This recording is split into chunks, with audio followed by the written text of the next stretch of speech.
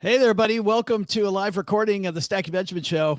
I'm Joe Saul-Sehy, and you'll see our team that we're going to introduce you to here in just a second. So what you're seeing is kind of how the sausage is made. We record the show like it's live, but you're going to hear some mistakes and maybe some stuff that we may need to edit out later. We shall see. I feel alive. Are you telling me I'm not actually live right now, Joe? You're always live, dude. Yeah. We've got a great show for you. The one place, two things. Number one, tell us where you're from in the comments. Say hello in the comments. At the halfway point, we'll come to the comments when we take a break in the middle of the trivia question. And then we'll come back afterwards if our contributors can stay around for a couple minutes. So if you've got questions, we won't be taking them during the recording of the show, but we certainly are happy to hang out for a few minutes during and after. So that's it. The one time I don't want you to put stuff in the comments is I don't want you to put your guess on our trivia question, because you guys know how much the trivia is meaningful to these people. Cutthroat. It's difficult. We got people hanging out with us in Portland. Love Portland. And Northern New York is here. Jacksonville is here.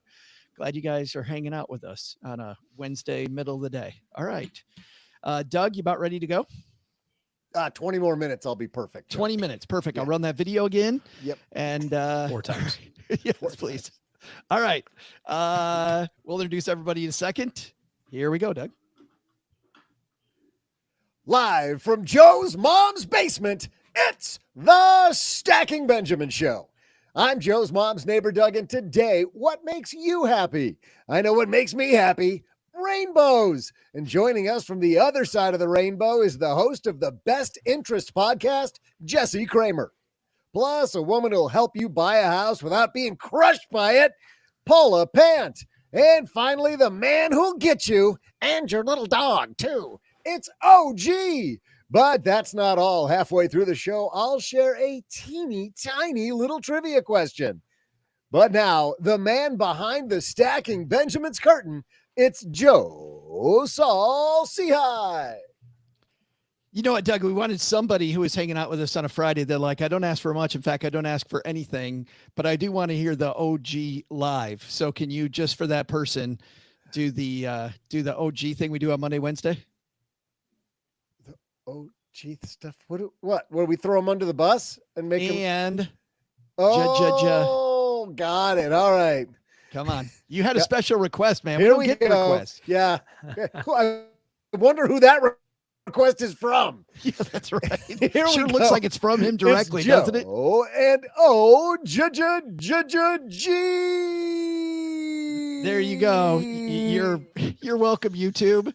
Hey, everybody. Happy Friday. We're super happy you're here with us hanging out. And you know what? Last week, we were really tactical teaching you how to teach kids about money with a great panel. Next week, we're going to be tactical again. So this week, we're getting philosophical. We're going to talk about happy, right? Money is not about chasing money. It's about chasing more happy, and hopefully wealth gives you the flexibility to be able to do that. And here with us today, we've got 3 fantastic contributors. We'll have our guest of honor last. Let's start with the guy across the card table from me. Mr. OG is here. How are you, my friend? Am I the Wicked Witch of Texarkana? Apparently you are. That might be a little foreshadowing toward our trivia. Pretty. You're very good. He's very good at that. I feel like I feel like I might have a leg up on that. I'm kind of a Wizard of Oz fan. Are you? Okay. Yes, I am. Oh, well, we'll see. And Paula Pant, you're, not known for your prowess when it comes to movies, but Wizard of Oz, are you all about the Wizard of Oz? Well, so I'm really into Broadway musicals. I'm not a big pop culture or movie person, but I love Broadway musicals. So I love Wicked. I've seen it 3 times. Oh, gee, how many times have you seen Wicked? A lot, probably. Yeah, maybe double that. Maybe 5, maybe 6. Yeah. This is how many times OG's seen Wicked. He invited Cheryl and I to see it with him. He doesn't remember going to see Wicked with us. And by the way, ask OG if I'm joking. I am not joking. I brought this up a couple weeks ago. He's like, we went to see Wicked together? I'm like, yeah. I remember seeing it in New York with my son. That was special for me. But I've seen it in lots of other places. But seeing also. it with you guys, that was With not Joe, special for Cheryl me. was like just Seeing it with another Joe. Tuesday. Who cares? And the guy who is wicked awesome. We finally have him here. Jesse Cramer from the Best Interest podcast. Dude, it's about damn time. Well, it's an honor to be here. And as I was walking down the stairs into the basement, defying gravity, you could say, right? I'm going down. But in the honor of happiness, I thought to myself, what do you call a party in a basement? A celebration. Oh.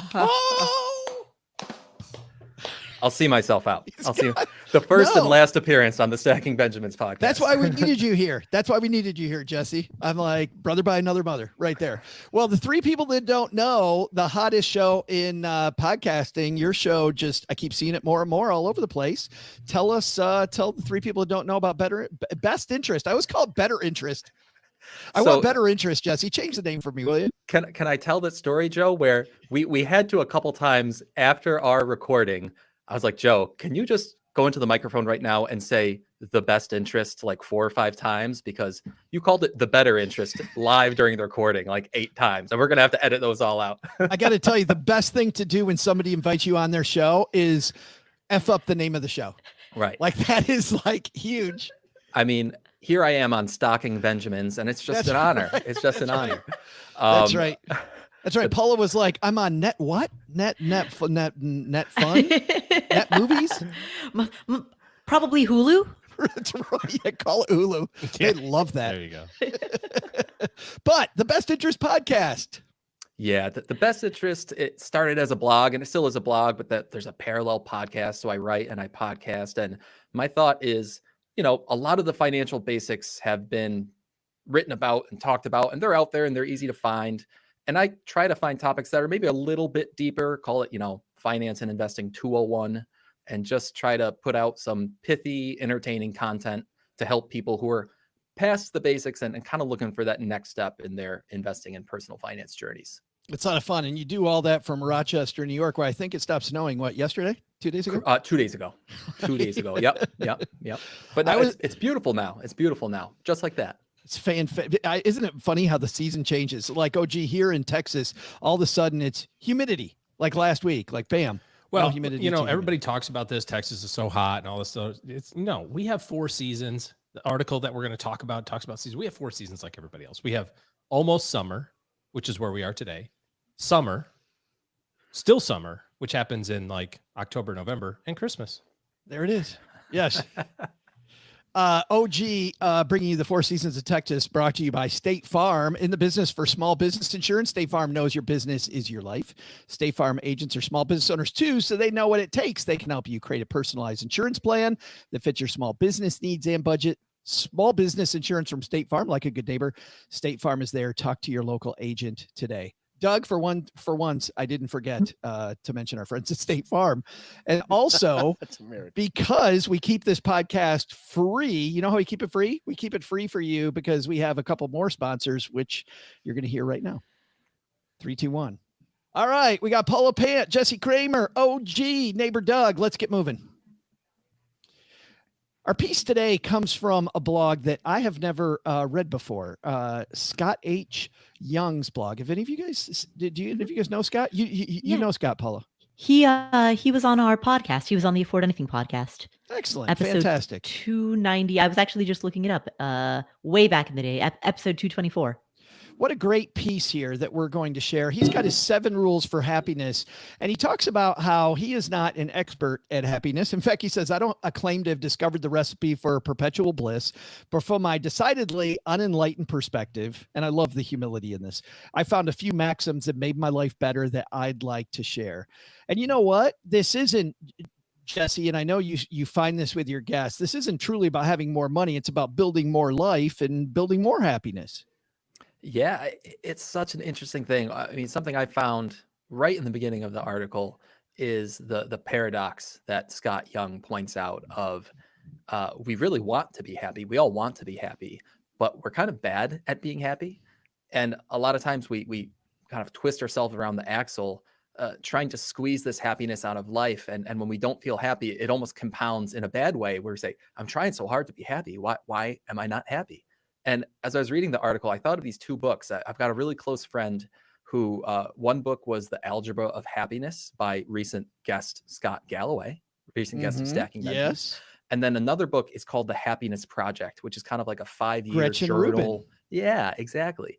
And this friend of mine read The Algebra of Happiness and tried to use the Happiness Project in her life.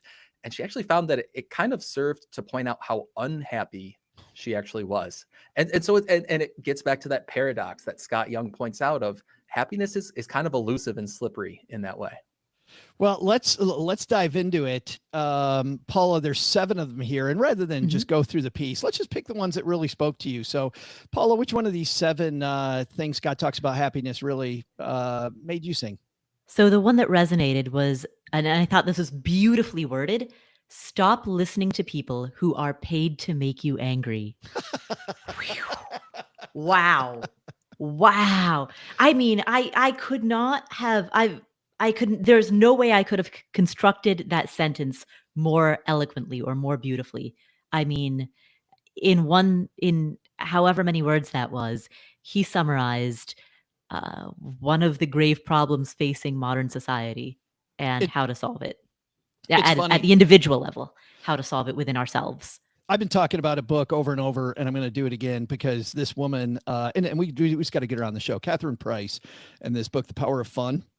And she talks about how, and she says the same thing, Paula, that what Scott says here, our brains weren't designed for social media. And she goes through the science of that and how it sucks the fun and the joy out of our life. I know that our friend and the editor of this show and your show, Steve Stewart, Steve turned off the news.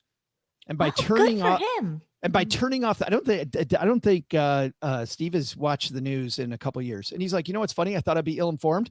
I always find a way to find out everything that's going on. Like I always somehow know what's going on, and I don't watch people yell at each other. Oh, gee, I know you've been on a kick to kind of get rid of the social media thing.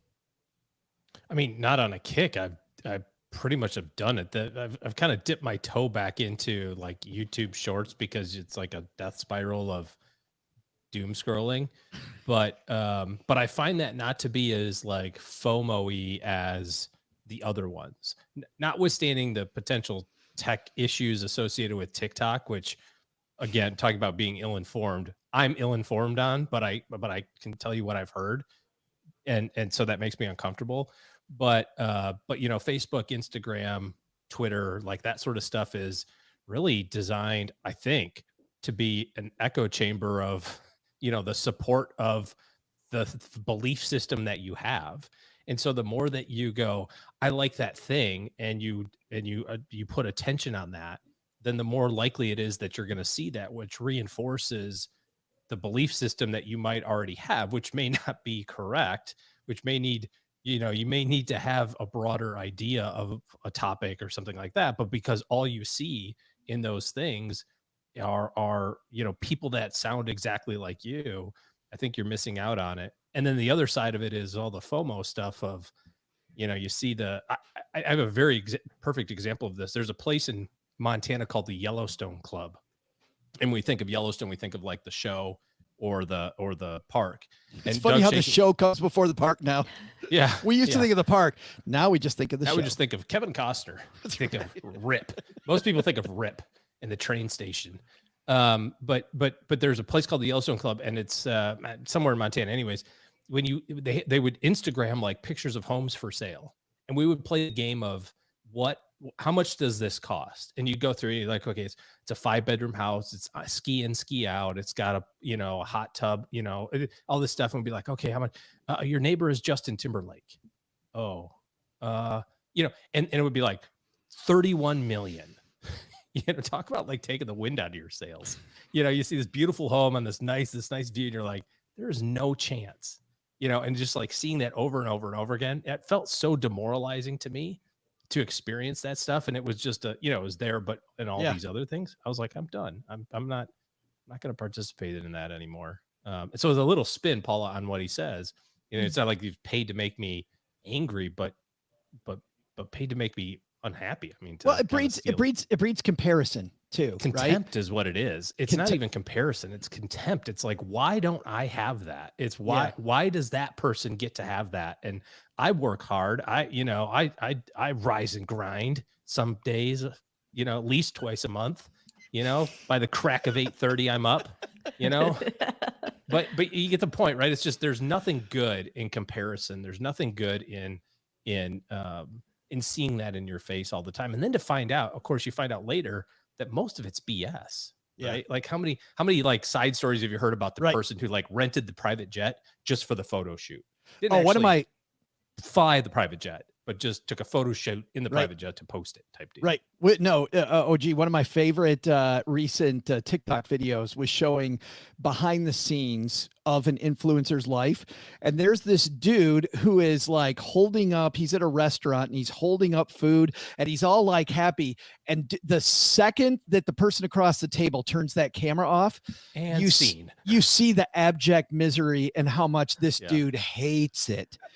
Just hates it. Like he goes from great to, oh my God, horrible. And I'm not gonna eat that. Yeah, right. I like how OG's algorithm is serving up Yellowstone Club real estate to him, and I'm getting rodent control and foot fungus ads. Hey, you're into what you're into, Doug. They know the audience. No shame, bro. Yeah, like you go get that foot fungus. But you get the idea, though. Foot It's just, fungus. there's, I don't know. I just, and then I see what it does to my kids, like in terms of they're responsible young men, and Caroline's still young, but so she doesn't really have it. But even they are observing the chaos theory that is social media. So Jesse, you seem to me to be a guy that gets a lot done. How do you turn it off? Yeah, not that I don't, I do want to answer that question, but my mom is an English teacher, Doug, and so I'm a stickler for syntax. Now, it's one product that's both rodent killer and foot fungus? You got that right. Absolutely. Let's eat grandma. Yeah. It matters where the comma is, right? That's a great pickup. I can forward it to you, Jesse, if you're interested. That's a hell of a product. Wow. It does everything. 2 for 1. Are they looking for sponsors? I mean, the Best Interest Podcast, sponsored by Doug's Magic Spray. No, Doug's Magic Spray is the other thing. That's the other 2 thing. problems in one. Well, when I read this number 5 on this list of 7, I think I had a very similar reaction to Paula, which was like, it's like the prize bell went off in my head, like ding, ding, ding, because making people angry has become one of the predominant business models of the internet. And it's literally making people crazy. And when I was listening to your answers, I thought of this concept of audience capture. Have you guys heard of this concept of audience capture before? It's this idea that for some content creators, there's this self-enforcing feedback loop where an audience rewards the creator for a particular message, and that encourages the creator to repeat that message over and over and over. And it's kind of this, it creates that echo chamber, right? And I think all of us on this podcast or in this content creation space, we need to be aware of it first off.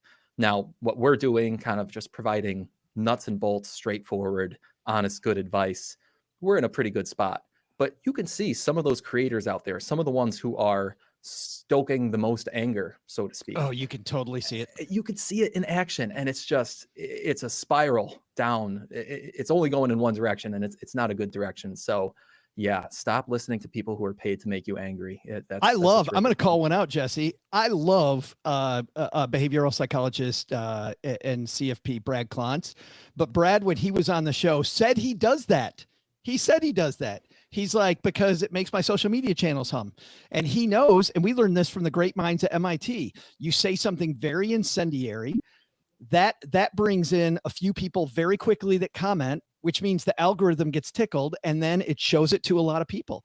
And so Brad spends half of his day just throwing bombs on the internet. Well, we know, Joe, we know of a podcaster in the finance world that literally went to that extreme, in his content, and all of his stuff went one hardcore direction, and half of his audience went away, but the half that stayed were like, yes, yes, bro, yes, You're like, Yes. whoa, hold on. It was crazy. It was nuts. But there's a reason for this happening. It's because of the internet. And it sounds, like there's a lot of good things about technology.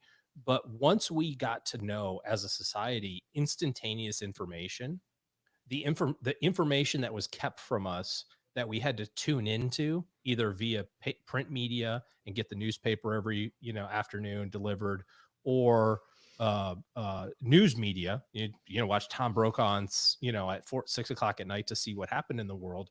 Once we could get instantaneous information via the internet, then those products, those delivery platforms had to turn into marketing platforms. And that's why you saw and continue to see, I think, and there's some, there you can see this turn that happened in the 90s.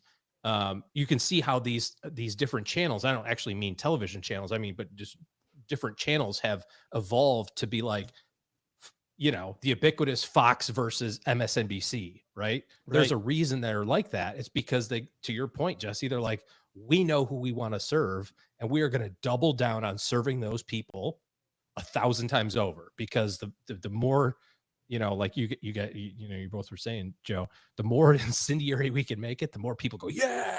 Right. Yeah. And We've got more that other guy is the enemy, which is just Horrible. Ridiculous. Absolutely horrible. So Paula, I know you've like blocked yourself from TikTok. Oh yeah. So I have taken TikTok off of my phone. I have there's somebody on my team who creates little like YouTube shorts, like they create snippets from the podcast and they go and upload that to our to our TikTok page. But literally I pay somebody to handle TikTok on my behalf. I have it taken off of my phone. I don't personally touch it or deal with it at all. And that's just it's because it's not good for me. I know it's not good for me. Yeah, it's not good for me. I haven't done that, and I will spend 45 minutes and go, where did that time go? And I don't feel good, and I know exactly. better. Yeah. Jesse, let's have you pick one. What's one that spoke to you? How about number 2 on the list, which is striving is good, but achieving is overrated. Love it. Now, I really like that in the article, Scott Young used a doodle of a mountain climber, and striving was kind of that climber going up the side of the mountain, and then achieving was at the summit.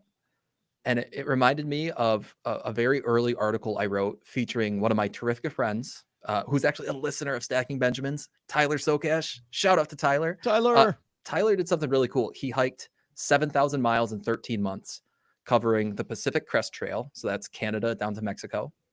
He flew to New Zealand and hiked the Te Araroa, which is kind of north to south across the entire New Zealand countryside. And then he flew back to Atlanta and did the Appalachian Trail from Georgia up to Maine. What an underachiever. Right? Did that in 13 months. And it's actually an interesting personal finance story, too. Doug would have done it in 12. What he was running from? Yeah. It's like the classic kind of fire Bill Perkinsy story where he was about to buy a car, and it was like a $25,000 Subaru. And he's like, well, I could buy this car, or I could go do this hike while I'm 27, relatively unattached, in really good shape, better shape than I'll ever be in again the rest of my life. And he went and did that. So it's a pretty cool personal finance happiness story. But something I thought about is, when Tyler summited Mount Katahdin at the trail's end, I'm sure it felt pretty great. Like, what a relief. But that probably wore off after about an hour. And the glory of whatever we do in life will wear off. And you're either going to be left with the memories of, like wildflower prairies and star-filled nights, or just with the regret of sore legs and grimy discomfort for months and months and months at a time. And I think, personal finance or just seeking out happiness is no different. The more we just think about the end goal and the less we focus on the journey between now and then, I think focusing only on the end goal leads to more unhappiness. And we have to find a way to enjoy these day-to-day moments. I like that.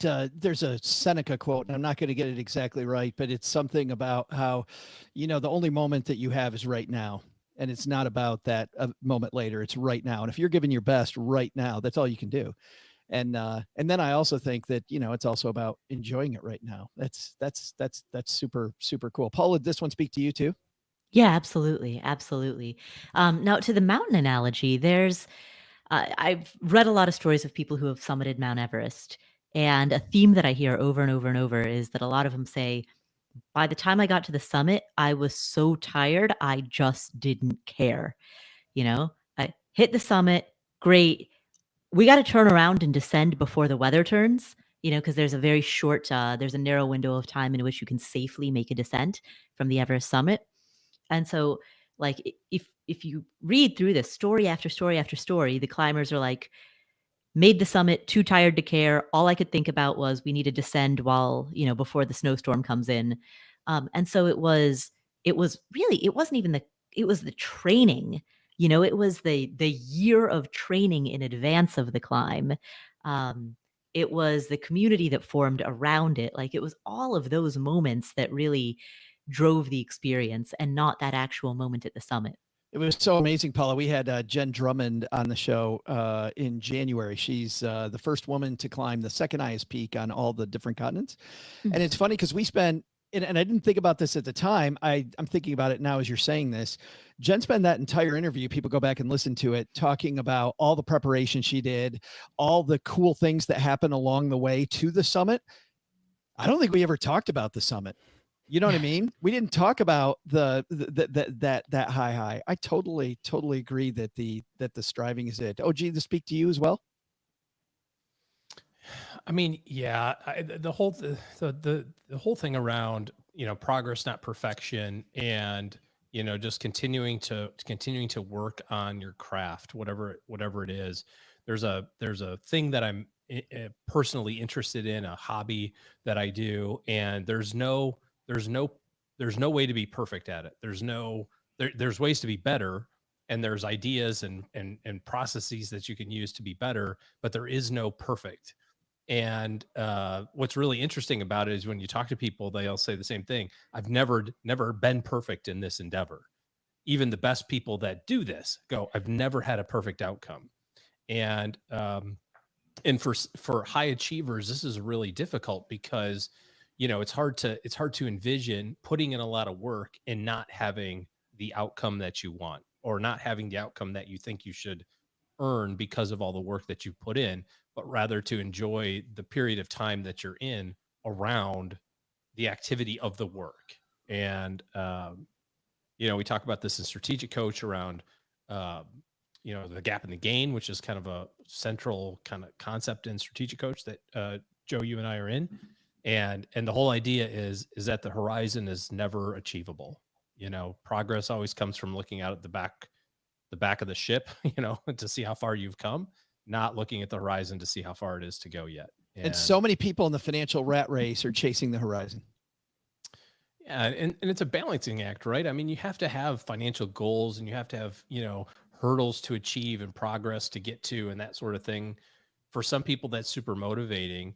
But I've noticed in my personal life, I've achieved just about every financial thing that I can think of. But there's not like if I don't have the next thing ready, there's like this huge period of time in my life where there's like nothing going on. There's, I joke about getting up at the crack of 8:30. I mean, that's kind of true. Not because I don't have anything to do. It's just not a morning guy. I don't have a lot of stuff going on right now. But when I've got a thing that I'm really focused on, I can feel the extra energy that goes into that. But if that's the point, right? If it's like, oh, as soon as I get to $1 million, life will be good. Yeah. Well, what do you do at $1 million? Yeah. Guess what? There's the next dollar. I bought a sports car when I was 40, the proverbial midlife crisis. It was like perfect timing. And my brother said to me, he said, oh, you got to get a cool license plate. It says like, F you or something like that, some kind of like, look at me, bruh. I'm like, are you crazy? Like, this is a $40,000 convertible. My neighbor has a $200,000 convertible, like what? And his neighbor has a $600,000. Like, it doesn't, there is no, until you're Jeff Bezos, you're never going to win. And then even Jeff Bezos is like, crap, the market went down 10%. I'm number 3 again. It's like, it's short-lived for those guys too. You know what I mean? Like, there's no, and there's no way to achieve perfect when it comes to money. There's no way to achieve the top because, it's never ending. So So you got to enjoy the process along the way, whether it's building financial wealth or learning a new skill or, whatever it happens to be. It's not about Wednesday. We talked about, hold on. Is this next Friday or 2 Fridays? This is next Friday. Yeah. Okay. 3, 2, 1. Wednesday, we talked about, the Olympics and, racing against our kids and all that sort of stuff. I mean, like if you win your Olympic race, Joe, that you might do, it's like, then what? You can still go faster, right? Like you would still go faster. It's about the training. It's about the experience. And my goal for people that didn't hear Wednesday's podcast was not to win. And it was USATF Nationals. It was to try to make it to the Nationals and not finish last. Like that is my goal. But if you're going to not finish last, you might as well try to win. I might as well, but man, those people are fast. OG, let's stick with you for a second. What's one that spoke to you? Well, considering everybody took the good ones. Thanks, guys. Appreciate that. I did like the thing about the prisoner's dilemma. I was thinking about game theory. That was kind of interesting. Talk about apologizing, but that is definitely not me. So not gonna say that one's me. I'm so sorry that I'm not going to apologize. I'm so sorry. But look, apologizing isn't for me. I think the last one where he talks about, everything's a choice, I think is interesting to me. And not so much about like everything's a choice, but I find a lot of people when I talk to people, whether it's about money or just, life or whatever is going on, it seems like we all have a reason. I don't want to say an excuse, but sometimes it comes across as excuses. We all have reasons for why things are different than we want them to be. It's like, well, you don't understand. I had this happen to me, or this is what's going on in my life, or my money screwed up because I had to. That's a very common phrase, right? Oh, you don't understand. I had to, take care of my mom, or I had to do, and to me that comes across very, it feels very victim mentality, right? Like I have no control over the outcomes of these things in my life. And there's two sides to that. I think it's like one side, it's nice because you feel like you've like eliminated the obstacle. Like, oh, well, hey, yeah, life is what life is. I don't have to worry about it. But then you've also given up the control that you have as a human to like influence things in your life. You can't, talks about changing the weather and that sort of stuff in the first one, but we can't change the weather, but you can go move to a place that you like the weather better. Like that's maybe not an option for everybody. Sure. I understand that, but it's, I challenge people to think about what else can I do? I guess that's kind of the way that I think about this is like, instead of looking and go, well, you don't understand, my life is hard because I get it. We all, like a lot of us have had hard stuff and go through hard stuff every time. And the stuff that I think is hard is maybe the stuff that Doug thinks is easy. Like my experience is different. But how I choose to process that information, and recognizing that I have some control over this, I think is what I took from that. Well, what I like in what you're saying, OG, I heard a Harvard professor talking about this recently. She said that it's less about making the choice than it is about getting 100% behind the choice you made. Spend your time. I am ready, fire, aim. That is my that is how I run my life. Like I'll just run in this direction. I would rather move than stand still. And for some people, that's uncomfortable. But people spend so much time bemoaning the choice they didn't make. And her example, because she's a Harvard professor, she's like, she'll hear a student go, Harvard's all right, but I wish I would have accepted at Yale. I should have gone to Yale. And she's like, you're assuming Yale would have been better.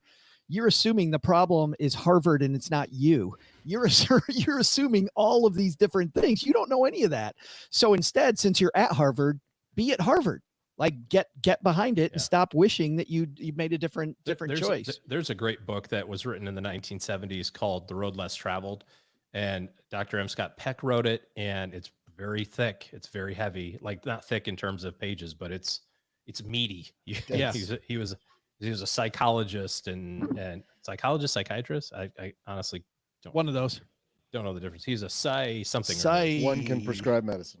Yeah, correct. That I knew, but I didn't know what he is or which one is different. But But anyways, it's a little heavy, and that's what he talks about. And there's a chapter around responsibility, and it's a great short chapter around, we cannot solve life's problems until we solve them.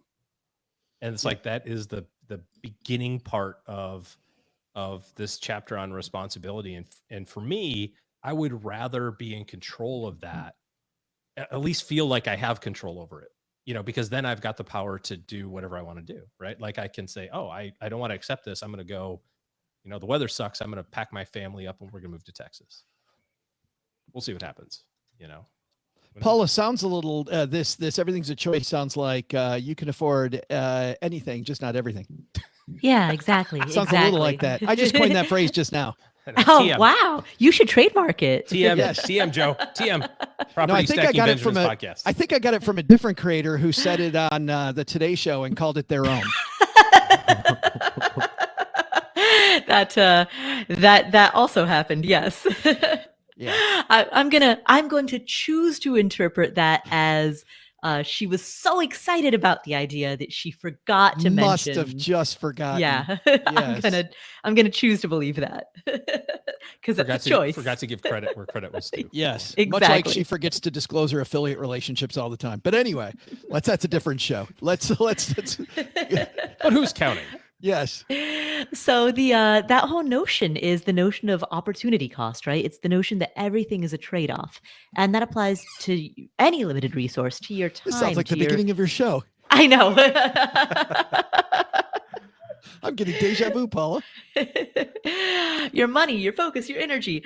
But I think by virtue of reframing, if you reframe I can't into how can I, and ask every question through that lens, what you'll find is that sometimes there are big trade-offs, right? They're huge trade-offs. But if there's something that is truly important to you, truly, truly important to you, then you will move heaven and earth to make it happen. And if something isn't that important to you, if you're not willing to make the trade-offs, then that's okay. You have decided it's not a priority. But there's an enormous gulf between saying I can't versus I choose not to, between saying it's impossible versus it's just not a big enough priority for me to want to do that, right? That's the distinction between empowerment and limitation. Well, and what I love about that too was, I don't know, at some point in my adult life, I realized when I said I don't have time for that really meant that I don't want to do it. It's not important to me. Yes, Yeah. exactly. No, what the answer is, or what you were thinking of is no. Right, exactly. And you just Yes. didn't want to say, like, you didn't want to look at the person and go, no.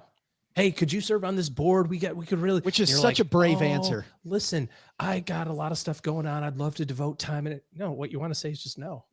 No, Jesse, I you don't got want the last word on this one, brother. Yeah, no, what OG said is great right there. Because it's hard to look someone in the eye Oh, God, and you're say, becoming his best friend now. and say no. to. Tell It's me hard more. to say Go no. on. Or Go in other on. words, it's hard to look at someone and say, I intentionally do not choose you. Right? That's a hard thing to say. That It's is a hard thing to say. I'm But gonna do that from now on. I intentionally choose to not do this. Josh, if Jesse, you, did you ever have that done to you at a bar in college? yeah. Oh yeah. How'd you know? I intentionally deliberately- decide not to do this. OG, if you say that on Good Morning America, though, I better hear from you. Yeah. Okay, that's I all will I'm say saying. TM. That's I all I'm promise. saying. I loved that Scott Young used that phrase "locus of control." That's a really good phrase, and it's helped me a lot over the last 7 to 10 years. Whether that's getting my finances in order, getting my 3, 2, 1. Whether that's getting my finances in order, changing careers. Currently, I'm working harder than ever on my health before. And if you thought my references and jokes were cringy before, just wait. Because as I was reading this article and as I was thinking about this, I thought of the scene, which maybe you guys have seen from the third Matrix movie, The Matrix Revolutions, when Neo is fighting Agent Smith and it's raining all around them. And there are all these copies of Agent Smith everywhere. Neo is totally surrounded and Neo's getting beat up and he's fighting against insurmountable odds. And he's fighting against the fallacies of human nature and against entropy and the fact that clean rooms get dirty and new cars break down and all that's good slowly turns to rust. And why keep on fighting? And Agent Smith asks him, why do you keep on fighting? And Neo says, because I choose to. Boom, mic drop. But I just thought to myself, there's so much in the You got world. that from the third Matrix I movie. know. Hey, I would love for you to dissect Top Gun. That's more my jam. What can we learn from Battlestar Galactica? Yeah. hey, I've never seen Battlestar Galactica, but the thing is, I just mentioned entropy, and the thing that you can learn from Top Gun is that entropy does not apply to Tom Cruise. Apparently, does that guy get Apparently older? not. Oh my God. He's been the same age for like 40 years. Yeah. Same with J-Lo. J-Lo has been the same Oh, age for right. like Yeah, since the day she was born. She Yeah. just she ages in reverse. Benjamin Button. yeah. It's Yeah. annoying. It is truly annoying. Speaking It's of, inspiring. It's inspiring. Well, your inspiration is my annoying. Yes. thinking of J-Lo though brings me to this Annie Duke quote that to me kind of wraps up point number 7 in the article. So you guys might know this quote where Annie Duke says exactly 2 things lead to the outcomes in your life. The first one is luck, and the second one is the quality of your decisions.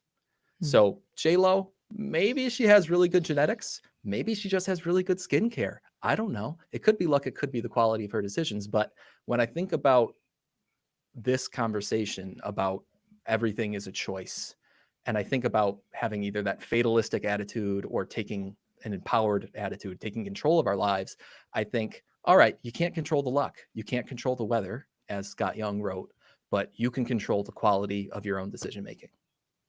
We're going to attack a couple more of these after our break, but at this point in the show, we're going to pivot to our year-long competition where we have a competition between OG, Paula, and my mom, who never wants to take the time to play for herself. So we got Jesse playing for mom today.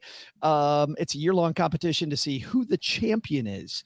And Jesse, that means playing for mom brings with it good news and bad news. Which one would you like? I'll take the bad news. The bad news is you're going to have to guess first because mom is in first place. So Good for mom her. has 5, OG has 4, and Paula has 4. So putting the guest on his first time on the Stacking Benjamin show, and you're just going to be thrown in the fire, Jesse. So here we go. We need a question though, Doug. So I believe you might have something to do with the Wizard of Oz, but I'm not sure. Let's see. I've worked a little something up, Joe. Hey there, stackers. I'm Joe's mom's neighbor, Doug. On this day in 1900, Frank L. Baum's renowned fantasy novel, The Wonderful World of Oz, was first published in the United States. It was an immediate hit, with the first adaptation of the book coming in 1902 as a live production that opened in Chicago before moving to Broadway the following year. It's too bad they didn't film those productions. Man, I'd love to see how the audience reacted when they released the live flying monkeys. Over the years, Baum's novel has been adapted into nearly 24 productions, including the film that made the book famous. Contrary to popular belief, though, The Wizard of Oz was not the first film to be shot in color, which, of course, I already knew that. Just wanted to make sure you right. guys knew it. Right. In case it comes up in some other like bar game trivia question. I'm always thinking of you guys, what it comes down to. Here's today's trivia question. How many little people were hired to play munchkins in the movie The Wizard of Oz? I'll be back right after I figure out how they bred those horses to change color. Gotta figure that out. It was a difficult process. By the way, are zebras white with black stripes or black with white stripes? Paula, do you know? My guess, I don't know the answer. My guess would be neither of the above, that there is no base coat. Yeah, no. This is Chris Joe, Rock has answered this question. This is known knowledge. The females are black with white and the males are white with black. I mean, everybody knows this. OG? Paula, wow. Don't listen to Doug. OG? I believe it's already been answered by Chris Rock in Madagascar, the movie. And movie. Am I white with black stripes or black with white stripes? I believe what was his name? The zebra? Anybody know? I don't know. Chris. And we're done. Boy, that was great. Wow. What? Hold Wait, on. where did the zebra question come from? I don't know. He was talking about how the horses got turned into color. So Horse of another color. choice of Oh. another caller. Yes. Yes. So there we go. All right. Well, OG Okay. looks that up, Back Jesse. to whatever. Yes. Yes. Jesse, how many little people hired to be in the Wizard of Oz? I'm stumped. I'm stumped because I'm picturing Gene Wilder in Willy Wonka, and that is not the right That is a movie. different movie. Charlie and the Chocolate Factory. And I'm stretching my mind to go back to the Wizard of Oz, and even I'm trying to conceptualize the scenes in which there are little people.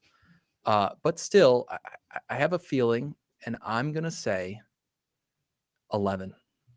This is the classic Judy Garland one we're talking about, by the way, just so everybody knows. So 11. 11 is Jesse's answer. Locked and loaded. OG, you are second. Think it's more or less than 11? Doug, can we get a little rendition of "We Represent the Lollipop Guild" for the tape, please? Any chance? In the falsetto, please, would be great. We represent the Lollipop Guild. The Lollipop Thank you. Guild. That's amazing. There we go. Uncanny. Nailed it. That's really great. Multi-talented people. I think so. There's I feel like the number's a little bit higher. Give Paula something to work with here. I'm gonna say the number's 32. 32. Paula, you got 11 and 32. All right. Well, before I give my answer, I would like to throw out a related piece of trivia, which is that, and this is true, in the Broadway musical, the reason that the character Elphaba is named Elphaba is as an homage to L. Frank Baum. Oh. Yeah. How Like about that? Right? Yeah. You're welcome, people. No extra charge for that. And that being said, I'm going to go with 33. I'm going to capture the upside. Gonna go the upside. All right. Takes the upside. We got 11. We got 32. We got Paula capping OG, which means it'll probably be lower, Paula. Yeah, Please, God. exactly. Yeah. That's the way it always I think works. everyone at home who made their bets right now. They're like, nope, it's definitely less than that because Paula chose the top. Exactly. We'll find out who's right in just a moment. I want to say hi to everybody hanging out with us. Tina says she's proud of you because you have a mic stand, Paula. Oh, well, thank you. Thank you. Thank you. Look at hands free. And Doug Collins wondering if you can pronounce insurance for us.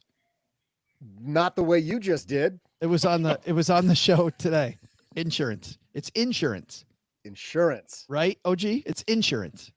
I'm with Joe. Insurance. Yeah. Oh, Paula? yeah. Jesse's got smoke. I've coming out never of his really ears. thought about it. All right, 3, 2, 1. Insurance. Yeah. Oh, Yeah. Yes. Yeah. Nope. Nah. Yeah. Agree not to good. disagree. I'm with Paula and Doug. Yeah. Yeah. Can tell who lives up north. Suck who it. lives down south. And then there's a guy named Mark who's originally from Rochester, New York, hanging out with us. Mark, what's up, man? What's your favorite garbage plate? What the heck? And Colin says, my wife and I just got back from there this weekend. We stayed in Bergen to travel to Oh. Niagara Falls and Letchworth State Park. Letchworth, the Grand Letchworth. Canyon of the Grand East. Canyon of West Central New York. We went to Kobe Japanese Steakhouse in Rochester. Nice. Never been. Never No. been. Let Well, me know what you think. There you go. Colin, how was it? We'll get back to you after the show, guys. All right. Also, we should point out Colin also noted great point OG and great point OG. Thank you, Colin. I was not going to do that. Doug. Since we're just want to make sure. It's going to leave that alone. Yes. Please stop with that, Colin. All right, here we go. 3, 2, 1. Jesse, you opened up this shindig with 11, and OG and Paula both think it's higher. You feeling good? Not really. I mean, and the reason being, I know some of the songs from Wicked, but I'm not as big enough Wizard of Oz fan to have seen it 3 and 6 times. So I really feel like my firepower here is I'm undergunned, and I just think OG and Paula have a better sense for Well, remember, the Wizard of Oz than me. Yeah, Paula saw Wicked, though, not the Yeah. Judy Garland movie. Paula, Paula's have you not seen anywhere near old enough to have seen Judy Garland.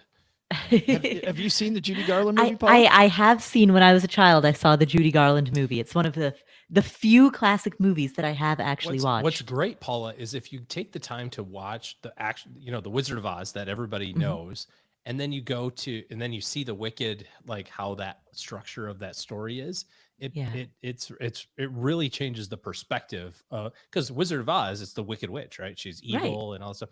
And then of course you find out in Wicked she's not evil. She's just exactly. I mean, the retelling of that story through Elphaba's perspective, and then she doesn't, spoiler alert, doesn't die at the end. Oh my goodness. Give it all away. I know. Yeah, so it's only been out for 25 years, so at this point you haven't seen it. If you don't know yet, there might be a problem. Paula, you feeling confident? I am feeling confident. Also, I did watch a YouTube video where somebody literally gave a spoiler alert for Shakespeare's Hamlet, which has been out for 400 years. Yes, there you go. Spoiler alert. Spoiler alert. That's so good. I saw this. I saw a video. Speaking of TikTok, which was Star Wars truthers, by the way, where these two stormtroopers are in the break room, and one guy's going, "No, there's no way one Jedi went and blew that whole thing up. Like it was all in the inside. Like I don't know. It was." Apparently not as funny as I like it. I like that. OG feeling good? No. I mean, I was trying to pick a number that Paula would be forced to, I actually think the number's 47. I don't know why but I think that was the number. I was trying to pick a number that she would be interested in taking the under on. Let's see, Doug, who's bringing home the prize? Wasn't right here. Their answers all suck so much. I'm not sure anybody's bringing home the prize, but I'll just go ahead and tell you what else I got. Hey there, stackers. I'm movie buff and king of the flying monkeys, Joe's mom's neighbor, Doug. Following the rule that any book published before 1923 exists in the public domain, The Wonderful World of Oz is available for anyone to adapt or reimagine free of charge. We could do it. Yeah. The movie, The Wizard of Oz, however, is copyrighted. Anyone hoping to make a spin-off the movie will first have to buy the rights from Warner Brothers. Well, there goes another goal of mine.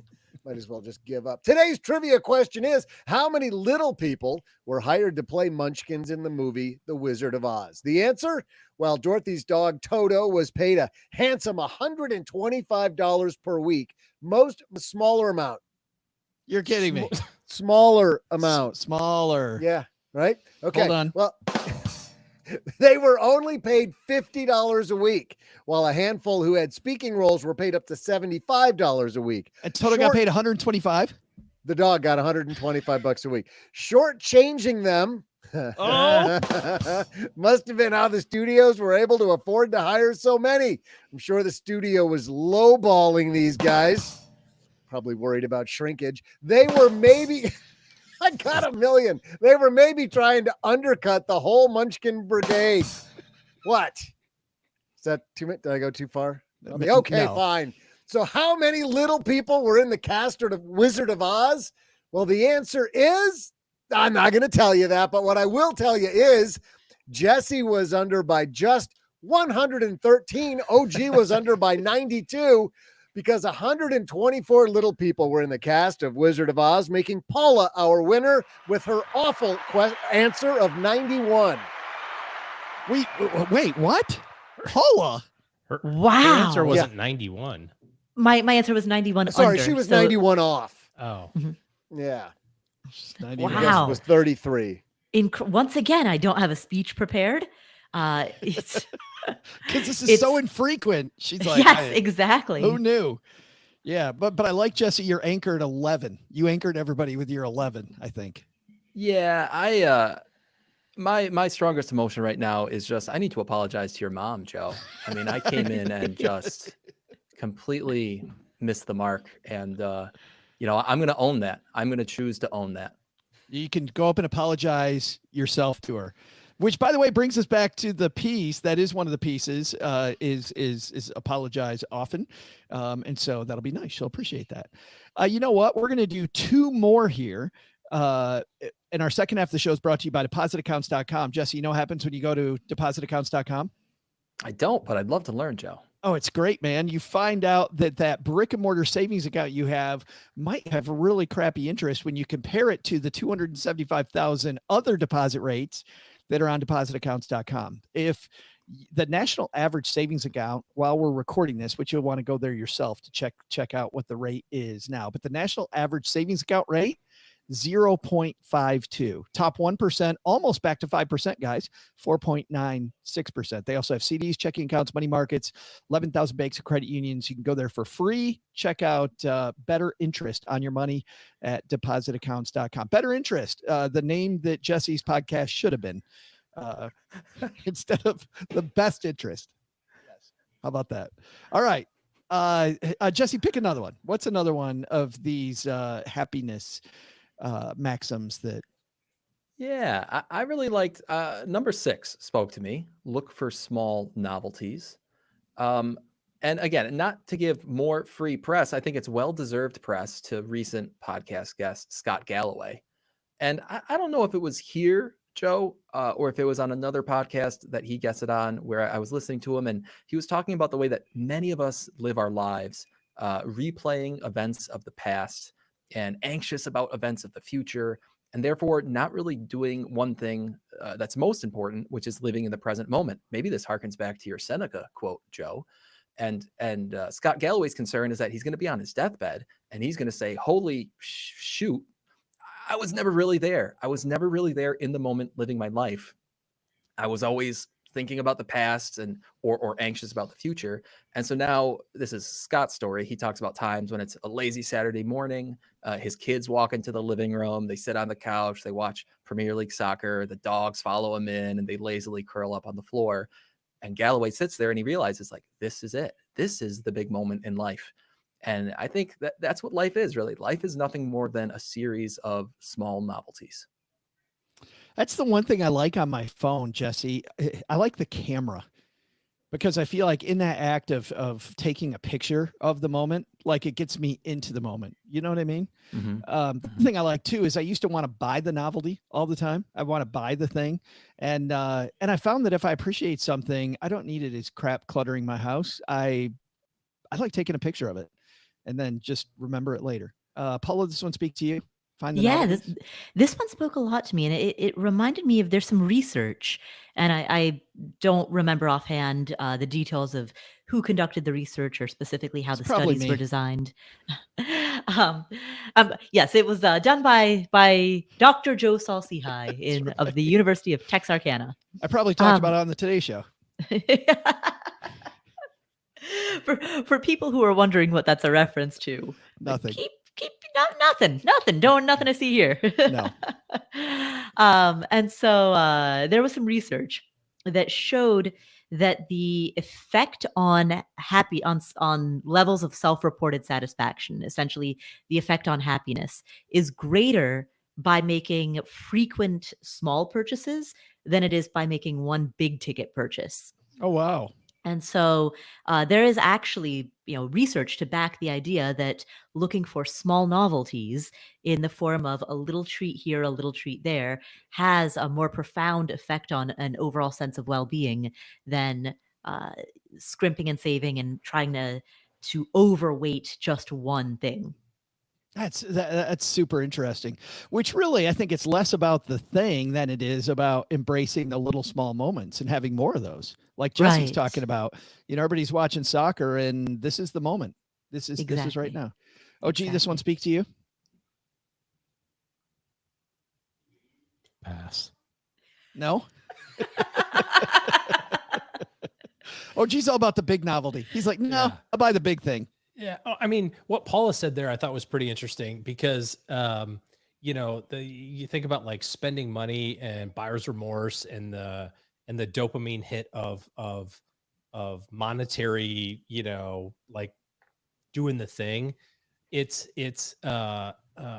get the same effect if you put it in the shopping cart as you do from hitting purchase. So the challenge is like, just put it in the shopping cart and walk away. Like, and I don't mean the literal shopping cart, like at the store. I'm saying like you're on Amazon, you're like, oh my gosh, the thing that I want. Just put it in the shopping cart and then like close the app and like go away for a while. Like when you go back to Amazon the next time, it will tell you, hey, by the way, in case you forgot, you have this in your shopping cart, and then you get a second chance to make it an opinion about that. The pleasure comes from putting it in the shopping cart not having it in your, show up in your doorstep. It's kind of a weird. It a is. weird It, thing. it is actually funny though, OG. I get the same feeling from just taking a picture of the thing. Like if I think it's clever or it's funny, like I used to go, "Oh, that's a clever T-shirt. I need to buy it." Then I'm like, "Where the hell would I wear that T-shirt?" So We think about that with all of your clothes when we see you on TV. That's camera. right. Thank you. As an Where would example, I wear that? In the there's- backyard. as an example, I took a photo. I'm going to show you guys a photo that are hanging out with us on YouTube, but and I'm not making fun of the condition because I think people suffer from the condition, but I am making fun of Wilford Brimley. And I took a picture of this T-shirt last week that pronounces it diabetes, which if you guys know Wilford Brimley, it's exactly how it says sold oatmeal back in the it day. says, "I got the sugars." And I thought that was funny as hell. I don't think diabetes is funny, just for people But wondering it's what I'm funny on making a fun of. T-shirt. But it's funny on a T-shirt with Wilford Brimley mispronouncing it. That's the stuff. But First we came for the little people, and then we came for the diabetics. that's right. If you're playing the bingo game at home, Yes. who's next? Tell me you were born in the 60s or 70s without telling me you were born in the 60s or 70s. That's There's this right. guy, his name's Wilford Brimley. He used to sell oatmeal. He was amazing. They have no idea who Wilford Brimley is. That's People my are point. No clue. Paula's Quaker like, nope, Oats. lost on Paula, me. no? No, Quaker Oats? No. Is he the Diabetes. Quaker Oats guy? Is he like the guy whose face is on the box? No. It's very close, but no. No. He sold it. He would talk about eating oatmeal Yes. to offset his diabetes. Welcome to the Wilford Brimley podcast, everybody. My name's Joe. Yes. Speaking of that, let's bring it home. Who did I have pick that one? Did I have Jesse pick that one? Yes. Yes. Paula picked the last one. Oh, ooh. Well, I wouldn't have said yes if I'd known. You got picked on. Na, na, na, na, na.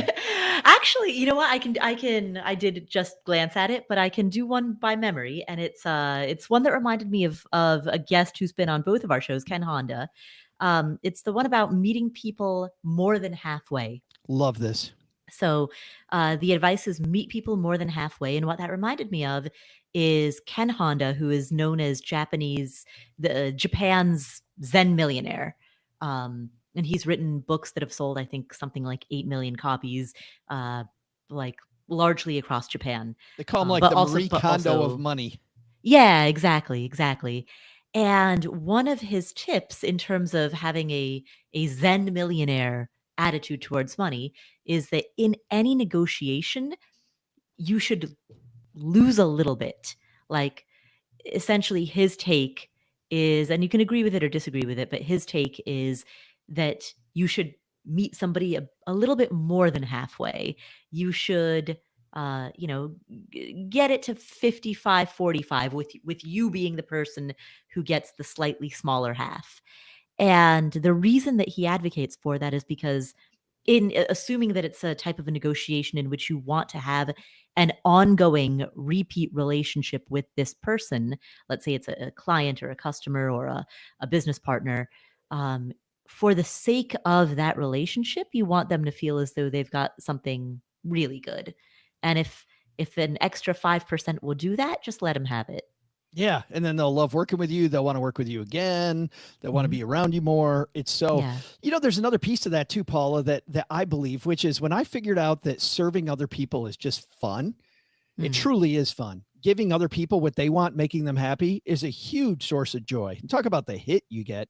I get this great feeling of just fantastic. When I figured out serving people was a great time. Joe, can I have a raise?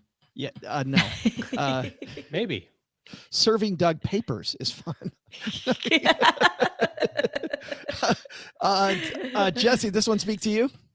I like this one a lot. And I was reading Scott Young's words about it's just the way he wrote it reminded me a lot of David Foster Wallace's speech, "This is Water." You guys familiar with that at all? This is Yeah. water. And it's actually Wonderful. the second time. It's the second time it's come up because when we were talking about the small novelties in life and kind of like stopping to smell the roses, that's part of that "This is Water" speech, which is, this is the life that you're surrounded by. You better get used to it. Otherwise, it's just going to pass you by. But then there's this part of that "This is Water" speech where David Foster Wallace says, think about it. There's no experience you have had that you are not at the absolute center of. The world as you experience it is there in front of you or behind you, to the left or right of you, on your TV, on your monitor. And then a little bit later, he goes, it's about a matter of my choosing to do the work of somehow altering or getting free of my natural hardwired default setting, which is to be deeply and literally self-centered and to see and interpret everything through this lens of self. People who can adjust their natural default setting in this way are often described as being well adjusted, which I suggest to you is not an accidental term. And kind of what Scott Young was writing about in this article that we're talking about here is so much of us are quite naturally, like right now, I'm the main character on this podcast. Sorry, guys. It's just my default setting. I'm the main character of everything I do. And most people are the main characters of everything they do. And we need to try really hard to go more than halfway to other people because everyone else is thinking the same way. And somehow we need to bridge that gap between me being self-centered and Joe being self-centered and Paula being self-centered. Doug and OG, you guys are pretty well balanced, but the three of us on top row, we're pretty self-centered. No, I'm kidding. I'm kidding. But anyway, my point is we all need to do the work of going more than halfway. Yeah, I was going to say, it's getting thick in here. Yeah. OG, it's funny that when Jesse was talking, Donald Miller came to mind that made a whole thing about brand you is most brands get it wrong, Jesse, because they make themselves the center of the story. And instead, when you make your customer the center and you're Yoda, you're the guide that's going to help you get there. It's far better. OG, this one speak to you? Yeah. Don't be the hero for your customers or your clients. Be the trusted guide along the way that has the experience. Colin has commented on YouTube. I don't know if you can see this, Joe, or not, but he says, how do you avoid losing all the ground to the other person in negotiations with this tactic? Wouldn't over time the relationship move from 45-55 to 40-60, 35-65, and so on and so forth? And I think, Paula, what you were saying is that if it's a one-time deal, right? Then yeah, you're gonna try to, the long-term phrase is everybody's peed off in a negotiation. You're probably right. That's probably close, but if it's a long-term relationship, there is some value of reciprocity. There is some value of relationship building. I was talking to a friend of mine one time, and we were talking about just kind of the general sense of how people react and respond to different things. And you have this natural reaction if somebody does something for you to feel somewhat obligated to do something back. Like it's just this weird feeling of like, I owe this person something, whether it's a big, like somebody saved you from a burning building, or you got a slightly better deal and you just kind of go, I feel I'm with you, OG. I feel like Colin voices what everybody's worried about. If I give a little, but it doesn't materialize. It never does. No. I mean, it rarely does. And if there's somebody you want to do business with or be around in the future, they won't. Well, and think of it this way, right? It's like I was thinking about it in the context of business ownership, and there's a risk associated with owning a business and bringing in another party, bringing in another owner. And the risk is that now you're diluting your profits, right? You go, well, if I, Paula, if you said, hey, I will sell OG 20% of Afford Anything, the risk that you run is you go, well, I only get 80% of this deal, right? 80% of $1, I only make 80 cents. I should make my $1, right? But the opportunity is now you have two really focused people who are going, wait a second, maybe we can make this into $2. And yeah, you only get 80% of it, but it's still 60 cents more than you were making before. It's still a better outcome for everybody because you have more people working. And I think, Colin, when you look at it from that perspective and you think about, a long-term business relationship, if you're thinking, how do we have multiple people pulling or rowing in the same direction? Yeah, I might only get 40% of this deal or 35% of this deal, but this 35% is a hell of a lot better than my 100% was, 2 years ago when I was doing it by myself. Maybe.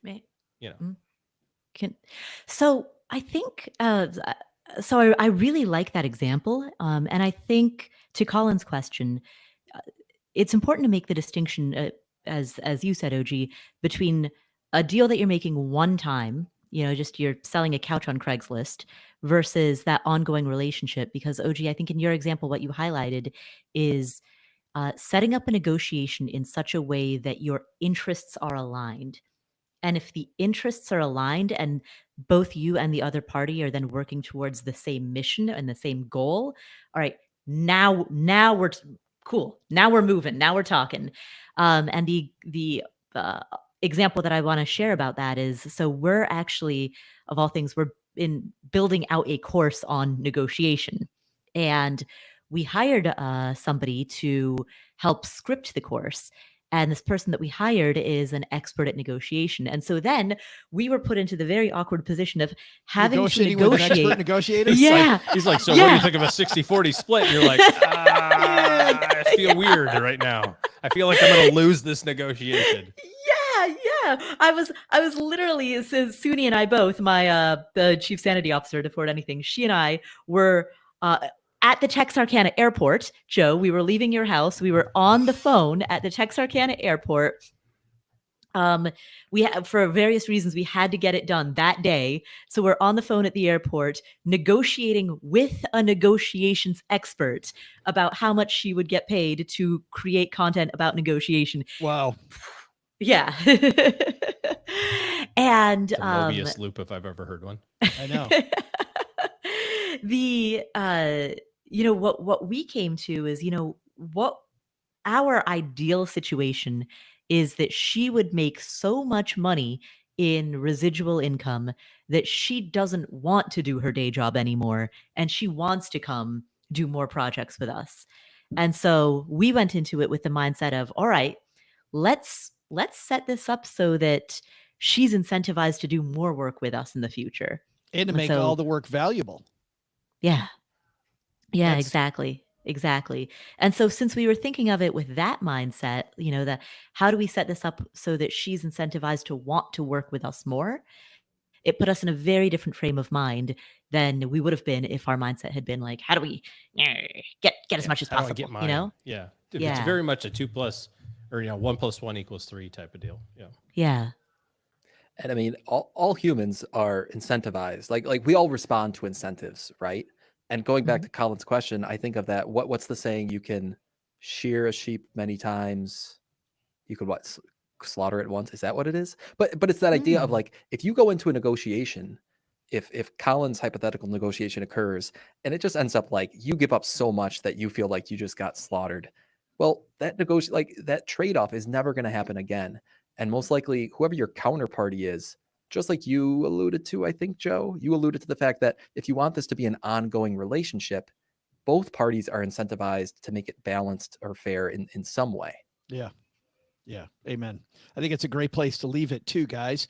What a great piece. We will link to this in our show notes at staggybenjamins.com if you want to dive in and take a look at Scott Young's work here. Just a great piece. Really, really happy that you guys joined me to talk about it today. Let's find out what's going on where each of you are. OG, we are headed into a big weekend. Graduation weekend for a lot of schools. You got any big plans? No, I'm a year away from having those big plans. So yeah, no, we've got exactly 365. Well, Which means that you're coming to Kalamazoo with me tonight to meet all the I am stackers for at sure the hub. maybe doing that.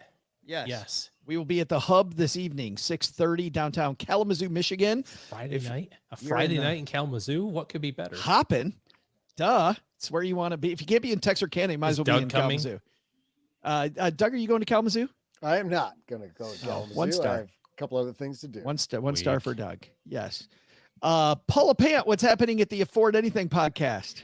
On the Afford Anything podcast, we have some great interviews that we've recently aired, including the points guy, Brian Kelly, Brian who talks Kelly. about how he started.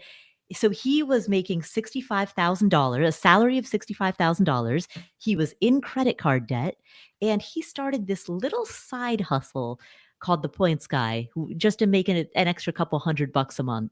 I love how And- he's going after points, becoming the Yeah. points guy while he has credit card debt. What would Dave Ramsey say? I know, right? A Yeah, side hustle exactly. Called the points guy. I like it. WWDD, Paula. What would Dave do? But that little side hustle now is a company with 140 employees. So we talk about that journey from side hustle to 140 employees. That's the Brian Kelly interview. We also interviewed the CEO of Open Door, which is a real estate transaction company. And he has started a new community out in Arizona that Mr. Money Mustache was living at over the winter.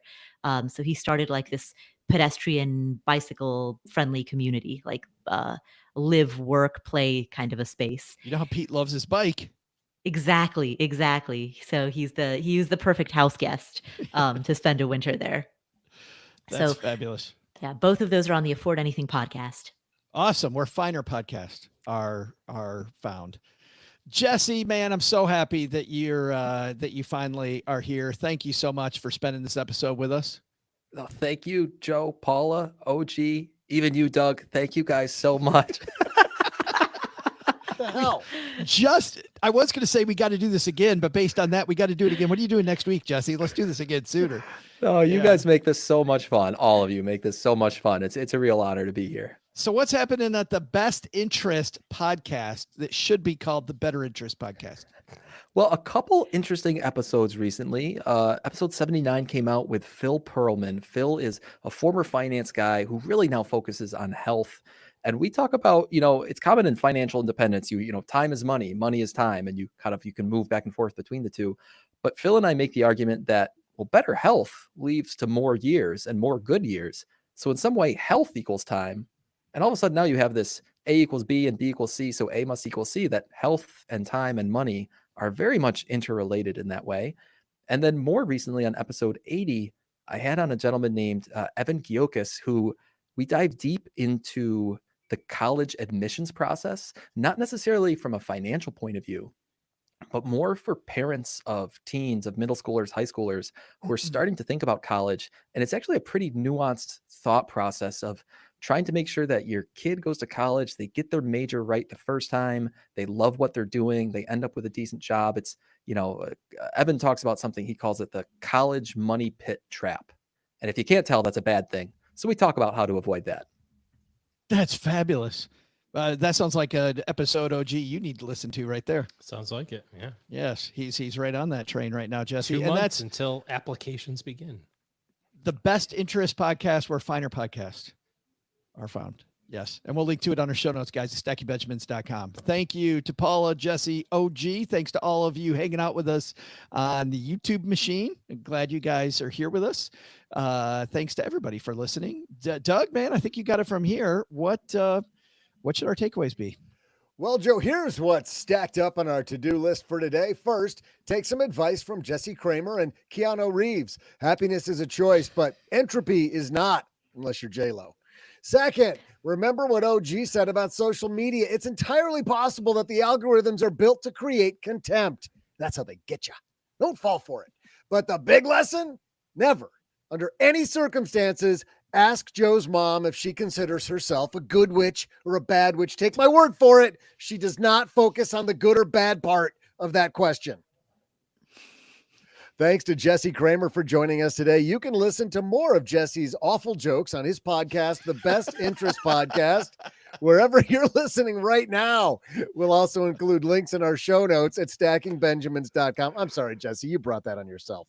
Thanks to Paula Pant for hanging out with us today. You'll find her fabulous podcast, Afford Anything, wherever you listen to finer podcasts.